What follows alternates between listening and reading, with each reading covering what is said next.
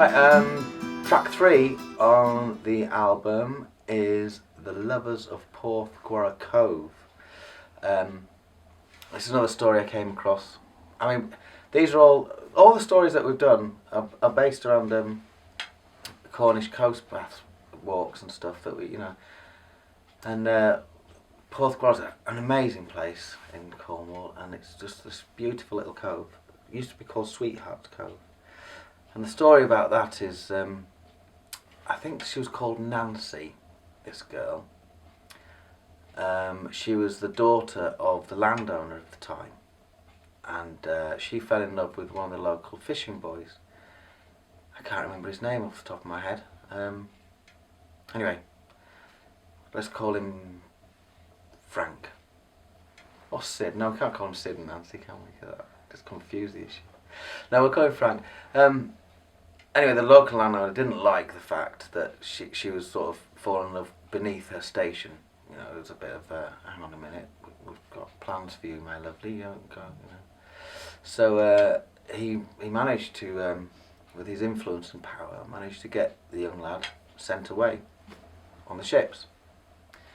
And just before he had to go, they met up, the two lovers, and she said, I'll be true to you. I'll wait for you. I don't care what my family think. I'll be true to you. Please come back. And he said, I'll be back in 3 years to the day. If I'm not back in 3 years to the day, get on with your life. But I'll try and be back in 3 years. And so they made this pact.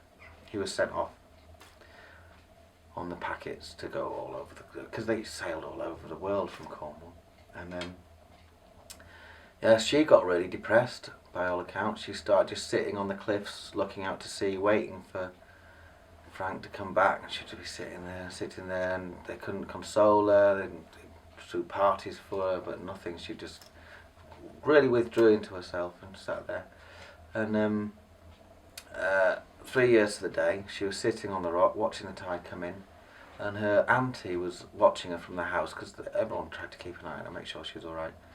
And then the next minute, there's this young man with her, and she was like, "Oh, that's a bit strange. I don't know who that is." And then she looked away and she looked back again, and they disappeared, never to be seen again. He took her into the waters.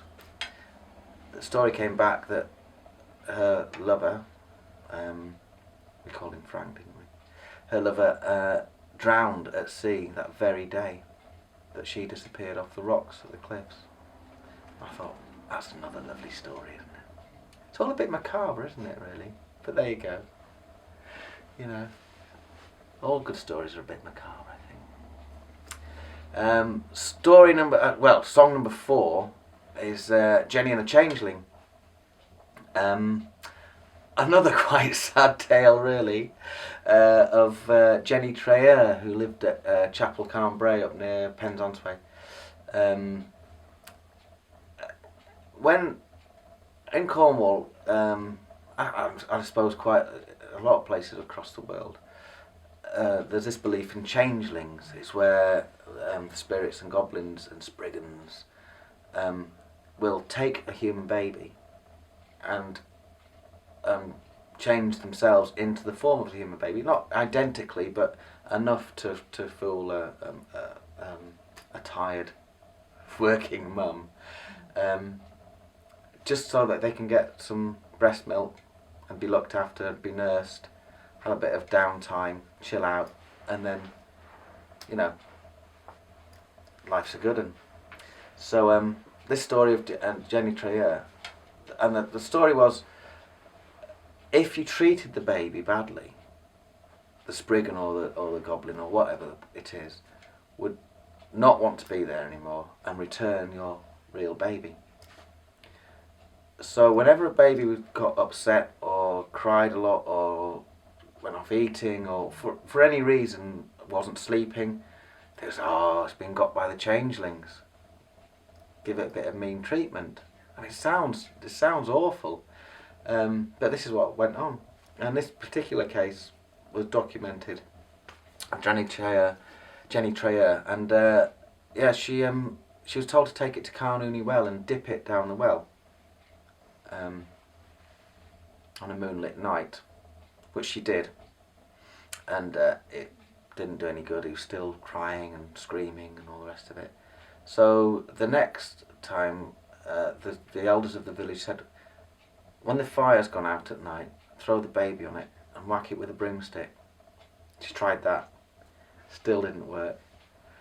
And then eventually, the last thing she was told to do was to tie it in a tree, on a winter's night, and leave it for the whole night.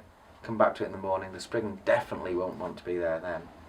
Anyway, she did that. The baby calmed down, but apparently it was never quite the same. They said it was a little bit affected in some way, and talked to people that weren't there and sang strange songs.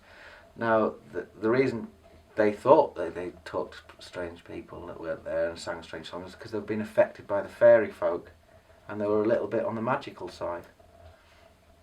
Who are we to disagree? You know, it could be that, or it could be the maltreatment really didn't help in their upbringing. But these things went on, and they still go on, I reckon, in some places. You know, but it's so I wrote a little song about that called Jenny and the Changeling. But at the end, in my version, the baby does come back, and he's really nice, and the mum's happy to see him. But it's before antenatal depression and all that sort of thing was sort of talked about. These things happened, and it's all folklore. So yeah, that's another cheery little tale.